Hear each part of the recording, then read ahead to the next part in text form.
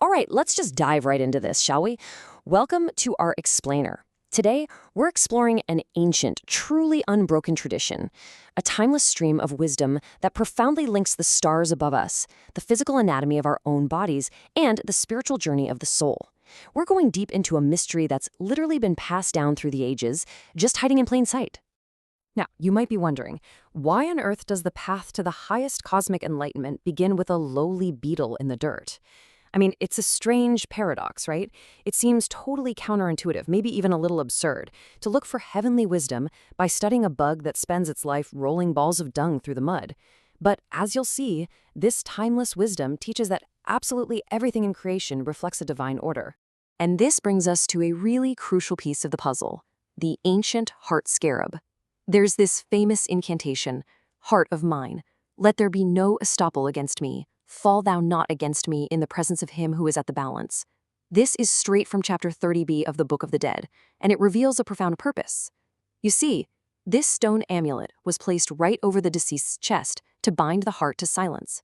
It acted as a spiritual estoppel, basically a barrier, to make absolutely sure the heart wouldn't testify against the soul during that final judgment on the eternal scales. To really grasp why the heart is the center of the whole shebang here, we've got to talk about gnosis. True, timeless wisdom, gnosis, is never just about memorizing facts. Actually, scratch that. It's not about facts at all. It translates to true heart knowledge. It's that poetic, deep spiritual recognition of the divine light, order, and meaning that's reflected through all of creation. So there's a massive difference between two very distinct realms of learning.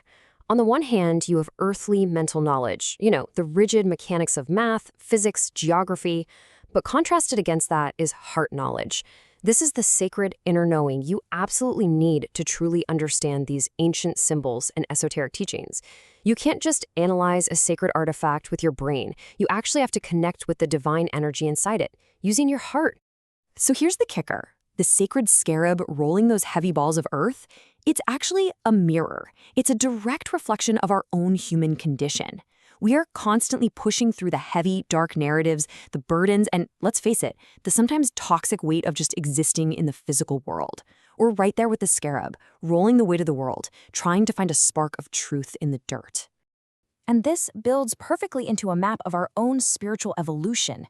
These ancient traditions mapped out this alchemical metamorphosis beautifully in 3 steps. Step 1, the grub, just crawling the earth. Step 2, the cocoon. This is crystallization, a quiet, symbolic death where the earthly senses basically shut down. And finally, step 3, winged flight, the liberated, spiritual rebirth of the adult beetle. It is literally the ultimate natural story of transformation. Now, how exactly does a bug's life connect to our physical bodies and the literal stars in the sky? Well, it all hinges on one sacred numerical pivot, the number 28. Seriously, just look at your own hands for a second as we break this down. The rule of 28 completely synchronizes life, the cosmos, and human anatomy. Check this out. The scarab gestates underground for 28 days. It takes roughly 28 days to complete the lunar cycle up in the sky. And, wouldn't you know it, you have exactly 28 phalanges on your 2 hands, 14 on the left, 14 on the right. They form this incredible natural geometry that physically mirrors both the moon and the beetle's birth. No way that's just a coincidence, right?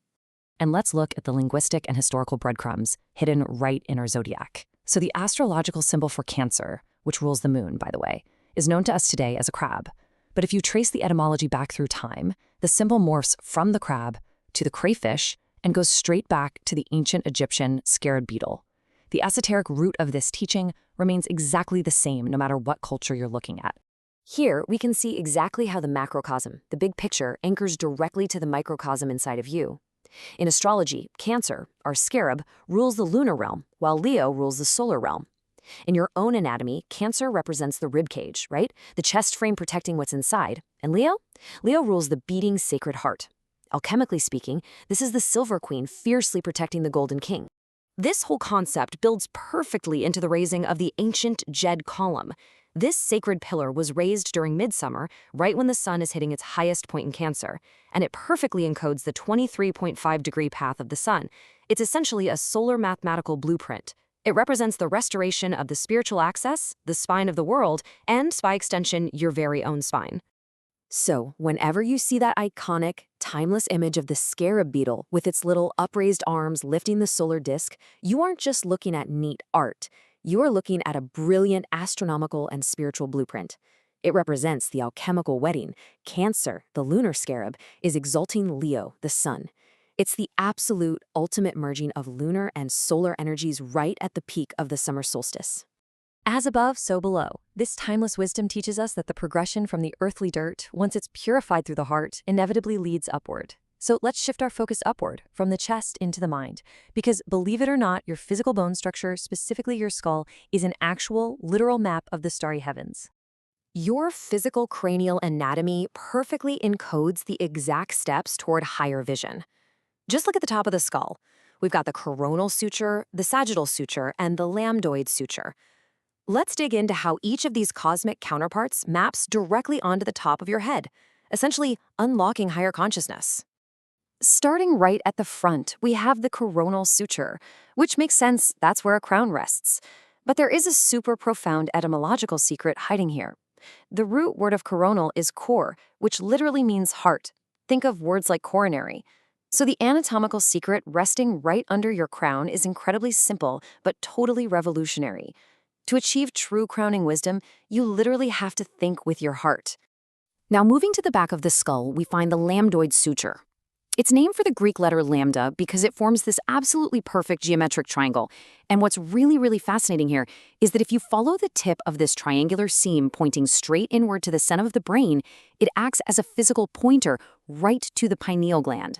And of course, esoteric traditions have revered the pineal gland for ages as the body's central, all-seeing spiritual eye. Connecting the crown to the back of the head is the central split of the skull, the sagittal suture. Now, sagitta actually means arrow. If you look up at the night sky, the constellation Sagitta is a celestial arrow cutting a path straight through the asterism we call the summer triangle, aiming perfectly toward higher cosmic vision. Your skull is physically mimicking this exact celestial geometry. It's mind-blowing. And staying focused up in those starry heavens, the pinnacle star of the summer triangle is Altair, which beautifully translates to the flying eagle. This celestial eagle sits at the very top of the starry triangle, reflecting the exact same geometry we just found inside our heads. It acts as the cosmos' own all-seeing eye right at the peak of heaven, mirroring the pineal gland sitting deep within your own lambdoid triangle. So here is what this all means. The crucial takeaway is this. When that spiritual light, the totally purified energy of your heart, is raised upward along the spine, passing through your body's internal constellations, it finally reaches its ultimate anatomical destination. It arrives at the sphenoid bone, sitting right dead center in your skull. And this is the grand culmination of our entire journey. The sphenoid bone is anatomically shaped exactly like a pair of outstretched wings. It is the literal, physical embodiment of the ancient winged disc, the ultimate symbol of the enlightened mind taking flight. We literally have the wings of enlightenment built right into the architecture of our skulls, just waiting for the purified heart to activate them. Which leaves us with one final profound question to mull over. You see, the alchemy of the scarab isn't just some ancient myth. It's timeless wisdom written in the stars and woven into your very bones. So when your earthly metamorphosis is finally complete, when you've pushed through the darkness and your heart is placed upon those eternal scales, what truth will it reveal? Thank you so much for joining me on this explainer. Keep seeking that heart knowledge, and I'll see you next time.